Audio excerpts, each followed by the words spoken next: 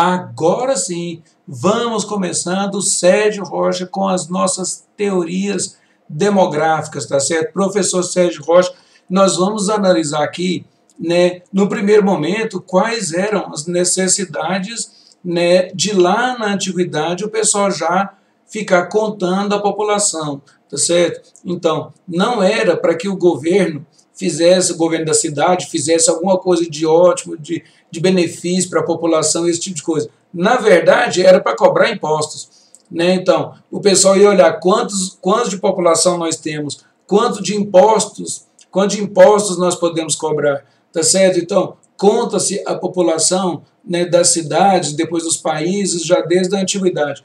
Agora aqui é o seguinte, eu coloquei duas partes aqui interessantes, dois momentos aqui. Na Grécia Antiga, Platão e Aristóteles, eles já estudavam qual é o ideal, né, para se ter nas cidades e estados, qual é o ideal de população, certo? Então, nós devemos ter quanto de população para poder considerarmos que a cidade é forte, né, que a cidade não está exageradamente grande, porque se fosse grande demais, ela ficaria com dificuldades, o pessoal que administra, né, a cidade tinha uma quantidade gigante de analfabetos e tudo, né, não tinha tecnologia para controlar uma população desse tamanho. Então, gigante demais seria um problema.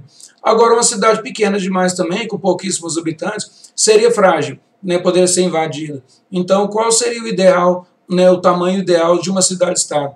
Né, Platão e Aristóteles se destacaram por outros motivos, né, mas também por estar estudando essa questão demográfica, tá certo? Então, durante a Idade Média, aí nós temos uma outra visão, né, que é o São Tomás de Aquino. Ele vai mais em direção ao que diz a Bíblia, né, o crescer e multiplicai-vos, e ele dizia, seria interessante que a população crescesse bastante, né, formasse novas cidades, se espalhasse por outras áreas, né, o mundo é tão grande e o homem, sendo uma criação de Deus, deveria se espalhar por essas áreas todas aqui. Então, ele vai na linha do crescer e multiplicai-vos. Ele também estudava a questão demográfica, né, se as cidades estão muito cheias, muito vazias, e como poderia resolver os problemas delas, tá certo? Então, nós temos aqui uma cidade grega, né, aqui, né, e você não vai imaginar que aqui vai caber tanta gente assim, certo? Mas agora, qual é o ideal de população para uma cidade desse tamanho, certo? Se você tem aqui na lateral essas muralhas aqui para defender contra os ataques dos inimigos, tá certo? Então, a cidade ela era limitada pelas muralhas, né? Morar do lado de fora da cidade seria um problema, né? Então, o estudo de quantas pessoas cabem, né, se não exatamente dentro da cidade, mas dentro da muralha, né, tem que se respeitar de qualquer maneira a muralha, só vai até ali a cidade, ponto final. Então, quanto de população caberia aí para viver com nível de conforto e ainda sustentar o governo com impostos e mais impostos, né? E aí depois uma outra visão também dessa questão aí, né, de cidades poderia ser essa questão do crescimento aí ser atrapalhada, né, crescimento da cidade ser atrapalhada por alguma peste, alguma coisa que realmente matasse uma grande quantidade de pessoas, né? Então, esse crescimento das cidades, ele foi aumentando, e depois nós temos aqui, né, na Idade Média, a gente já tem a questão da peste negra. Esse povo todo aglomerado, né, uma doença contagiosa poderia pegar em grande quantidade de população.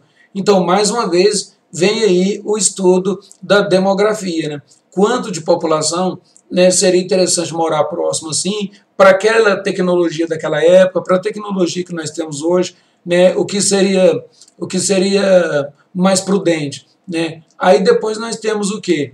Essa população crescendo bastante rápido, né? 1800, que nós temos uma data aqui, né? 1800, né? Época do Robert Malthus aqui, né? Então, 1800 exatamente, nós tínhamos um mundo aí com 1 bilhão de habitantes, tá certo? Então, será que essa população, né, no pensamento deles, iria crescer tanto para chegar ao que nós temos hoje?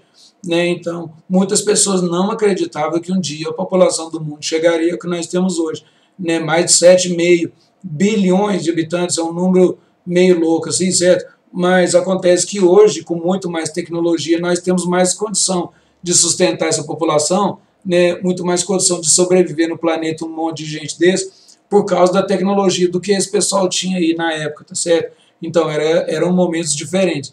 Agora, teoria malthusiana, né, nós temos aqui o Thomas Robert Malthus, sacerdote anglicano, 1766, 1834, né, o período de vida dele.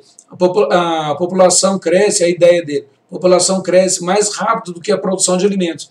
Então ele dizia, se a população está crescendo cada vez mais rápido, né, e a produção de alimentos não acompanha, vai chegar um momento que nós vamos chegar no caos. Quer dizer, vai ter gente demais para comida de menos. Né? Então ele fez esse aviso, né? Ele fez essa previsão que o futuro nós teremos um caos assim com falta de alimentos, né? Então, no momento lá, ele não foi levado a sério, né? Porque o pessoal dizia, você não conhece o mundo todo, o mundo é gigantesco, quando é que vamos plantar e colher em todos os cantos do mundo e mesmo assim o alimento não vai dar para a população, né? Então o pessoal não levou ele tão a sério assim, né, e deixou guardados os escritos dele, tá certo? Então, necessidade de se fazer um controle de crescimento populacional, essa necessidade aqui foi proposta ainda pelo Thomas Malthus. Ele dizia, não podemos manter, né, a população crescendo dessa maneira, temos que fazer um controle populacional. Né? Então, aí está aí a teoria, né, teoria malthusiana, 1798, e a figura dele aqui, certo? Uma pessoa que, no primeiro momento, era bastante respeitado lá, assim, e com essas ideias aí que nós iríamos passar fome, anunciando o caos, né, muita gente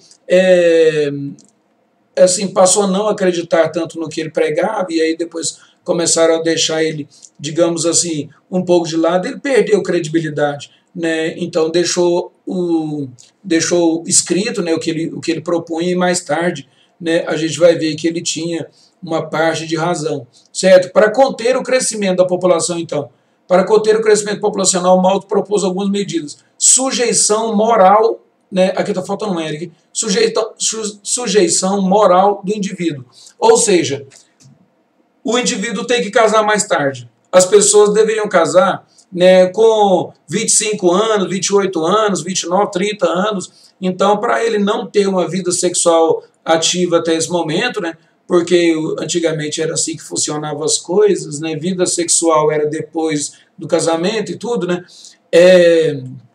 não vai aqui nenhuma crítica aos dias de hoje, porque nós só estamos falando de sociedades diferentes, deixa bem claro.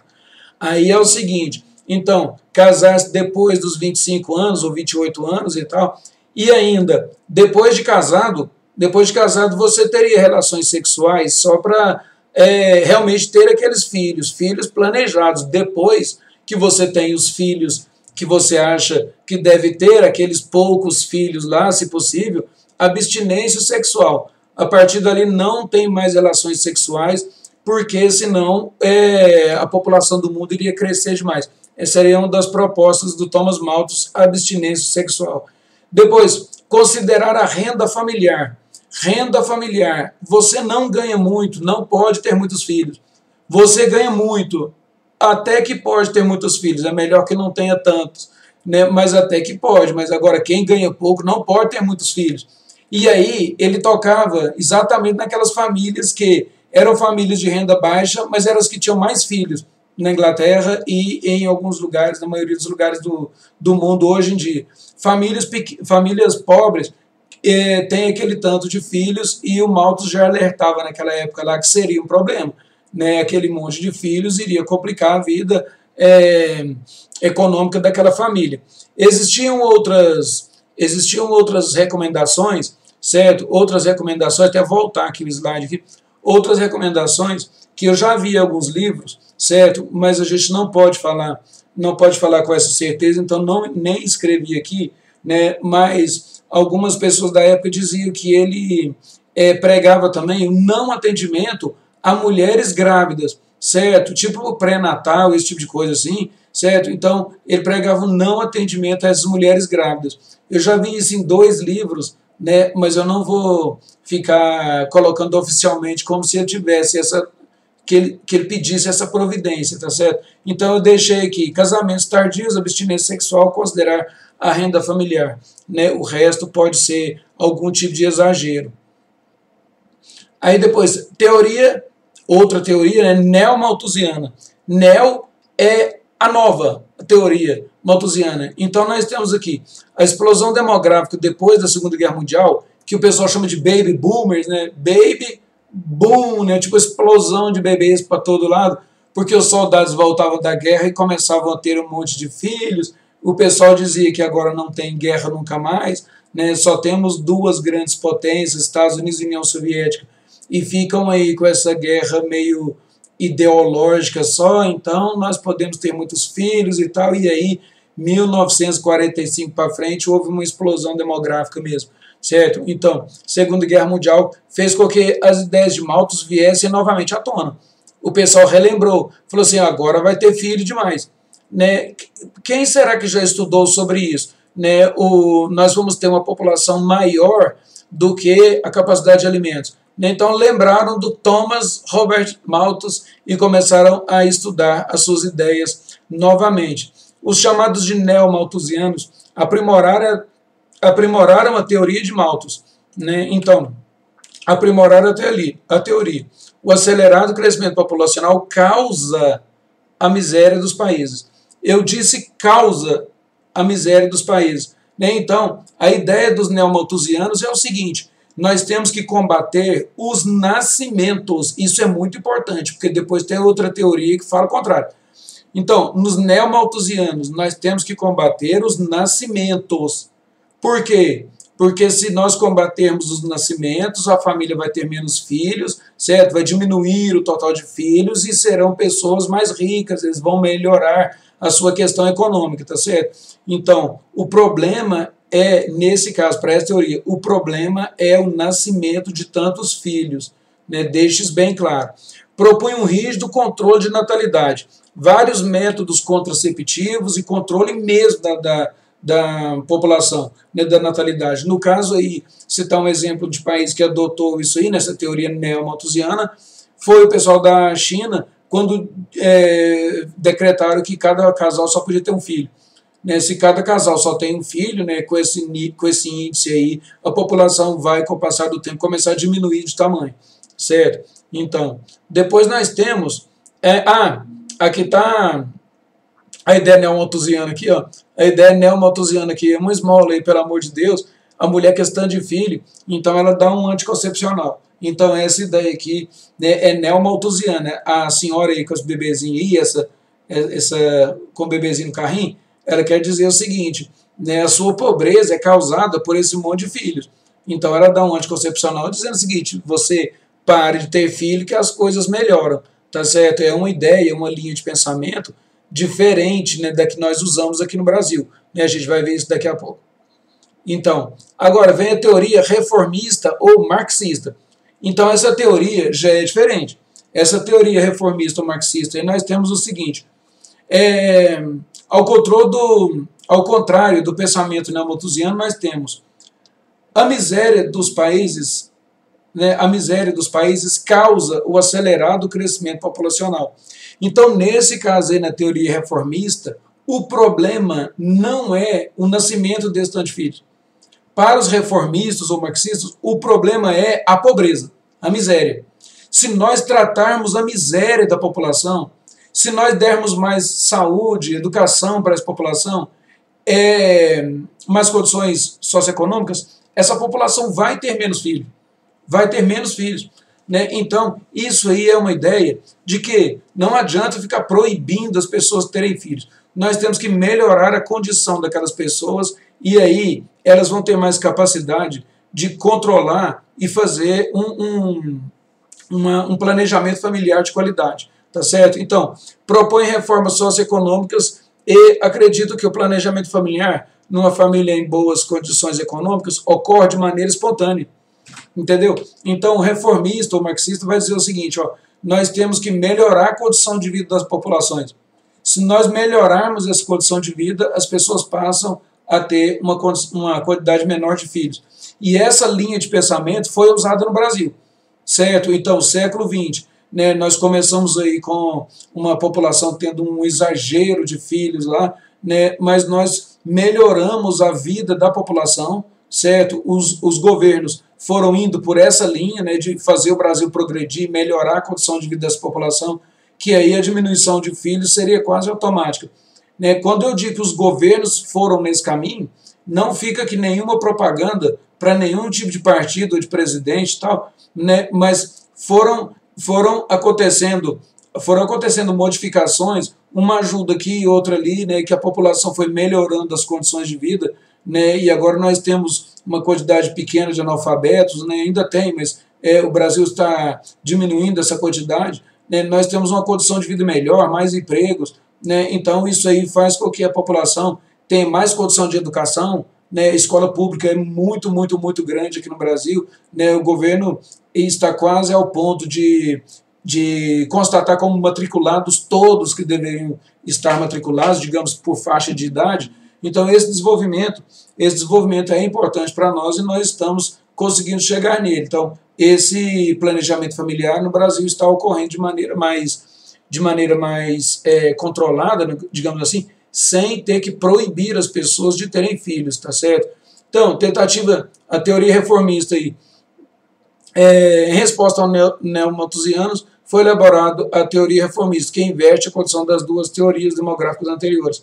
Essa teoria, enfim, é mais realista por analisar os problemas econômicos, sociais e demográficos de forma objetiva, partindo de situações reais do dia a dia das pessoas. Né? Então, na China, como nós estávamos dizendo aqui, se lá na China, por acaso você proíbe as pessoas de terem filhos, é como se você dissesse o seguinte, ó, não estou olhando os problemas sociais e econômicos que a China tem. Ninguém tem mais do que um filho, ponto final. Parece que isso conserta tudo de imediato, mas não. A teoria não deu certo lá, agora eles já liberaram, né, para as pessoas terem mais filhos e tudo. Mas a teoria marxista, ela foi mais real, ela foi mais palpável, ela deu mais certo. E o Brasil adotou e teve lá uma melhoria das condições de vida da população. De acordo com a teoria reformista, se não houvesse a pobreza, as pessoas teriam acesso à educação, saúde, higiene, etc., o que regularia naturalmente o crescimento populacional. Portanto, é exatamente a falta dessas condições que acarreta o crescimento desenfreado da população. Está aí o Karl Marx.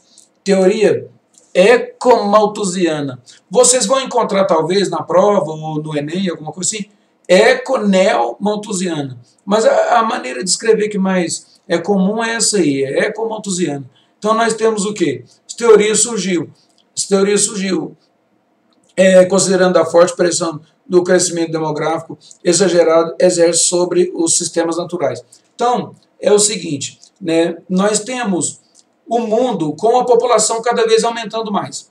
E aí, cada vez que aumenta a população, nós cortamos mais florestas para formar mais pasto, formar mais áreas de agricultura, certo? Para alimentar essa população que está aumentando.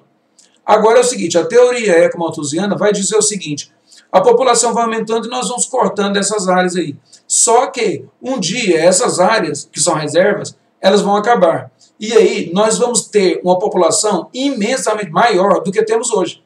Certo? E aí, não vamos ter mais onde aumentar a produtividade. E aí, nós vamos entrar em caos, igual o Thomas Malthus dizia. Se não é agora, né, se não acontecer isso agora, vai acontecer dentro de algum tempo. Então, os ecomalthusianos diziam o seguinte, vamos então, né, tentar controlar o total da população agora, controlar esse crescimento, para quê? Para não precisar ficar cortando todas as matas, todas as árvores, todas as florestas para plantar em áreas maiores.